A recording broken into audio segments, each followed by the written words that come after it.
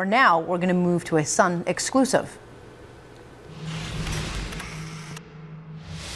Our sister station has uncovered dozens of employees being investigated for misconduct at Revenue Canada documents, which shows workers are using their resources to peek at porn sites, thumb through friends' tax files, or even steal confidential information. Our TVA parliamentary correspondent Raymond Filion is live now in Ottawa with more. The findings are pretty shocking.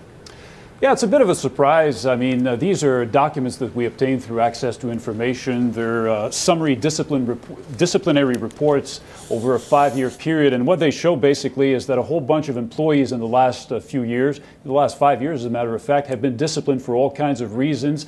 Showing up late for work, doing porn at work, sleeping on the job, so on and so forth. A lot of them are also caught every year surfing the web for personal reasons or reasons that have nothing to do with their job. One of them was caught, believe it or not, spending the equivalent of 38 days online on his personal computer. But the most serious cases, as you mentioned, have to do with personal taxpayer information, and we're talking about hundreds of cases, well, actually 146 civil servants who were caught accessing confidential taxpayer information over a 5-year period. Obviously, it is raising alarm bells. The Privacy Commissioner's Office told us yesterday that they're aware that this is happening every once in a while at the CRA, the Canada Revenue Agency, and they've decided to take action. Jennifer Stoddard, the Privacy Commissioner of Canada, is currently auditing the CRA to make sure that Canadians' confidential information is being treated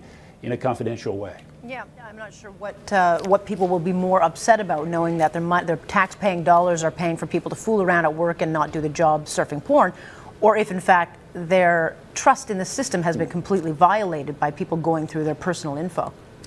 Yeah, we asked the Canada Revenue Agency, obviously, for an interview. They declined. They issued a written statement to us saying essentially that they take confidentiality matters extremely seriously, and that every time that there is an allegation of misconduct on the part of one of their employees, they take action immediately. The matters are being investigated thoroughly, and the employees in question are disciplined. That being said, last night we also heard from the office of Gail Shea, the National Revenue Minister. They issued a statement to TVA saying essentially Minister Shea considers this type of conduct to be unacceptable. All CRA employees are subject to a strict code of conduct and ethics. The minister expects that any allegation of misconduct will be investigated and met with appropriate measures. All right, so 5 people have been fired, 113 suspended. Clearly, the investigation is ongoing. But what kind of provisions are they putting in place, or have they said to make sure that this is not happening in the future? Well, that's the question we wanted to put to the CRA, the Canada Revenue Agency. Unfortunately, we didn't get that particular answer because they refused to grant us an interview. Oh, well, okay, that's convenient.